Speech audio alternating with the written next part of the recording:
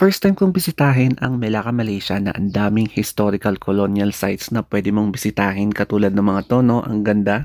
At natikman ko na rin ang authentic rendang food na First time kong bisitahin ang Melaka, Malaysia na ang daming historical colonial sites na pwede mong bisitahin katulad ng mga tono, ang ganda. At natikman ko na rin ang authentic rendang food na ipinagmamalaki ng Malaysia. Kaya let's explore my first ever vlog sa Malaysia.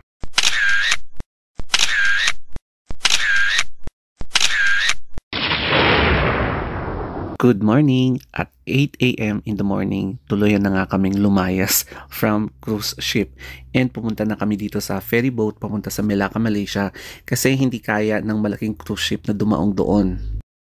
Makikita mo, napaka-spacious ng upuan nila dito at hindi siya siksikan.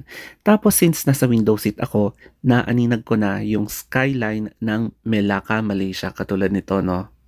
Mapapaisip ka na talaga na kahit na smaller city itong Melaka, napaka-progressive niya, no? So, ang dami naglalakihang buildings. Tapos yung mga poste ng bridge, ang kapal. Hindi kasing kapal ng mga contractors natin dito. So, nandito na nga kami, malapit na sa port area ng Melaka. At sa wakas, nakatuntong na rin kami dito sa Melaka, Malaysia. At ito na nga yung aking unang step dito sa Malaysia. Kailangan din namin na punta dito sa port immigration para magpatatak ng aming passport as an official entry namin sa Malaysia. So, ang daming mga kasama from sa cruise ship din na nag-overnight at pupunta dito sa Malaysia. Wala naman masyadong tanong sa akin ng immigration officer ng Malaysia at tinatakan na nga yung passport ko. So, kinuha ko na nga yung baggage and dali-dali na nga kaming lumabas dito sa arrival hall papunta sa labas ng port na to para mag-abang ng taxi. Nakapag-book kami agad ng Grab taxi tapos dumating agad yung Grab. Ang bilis, no?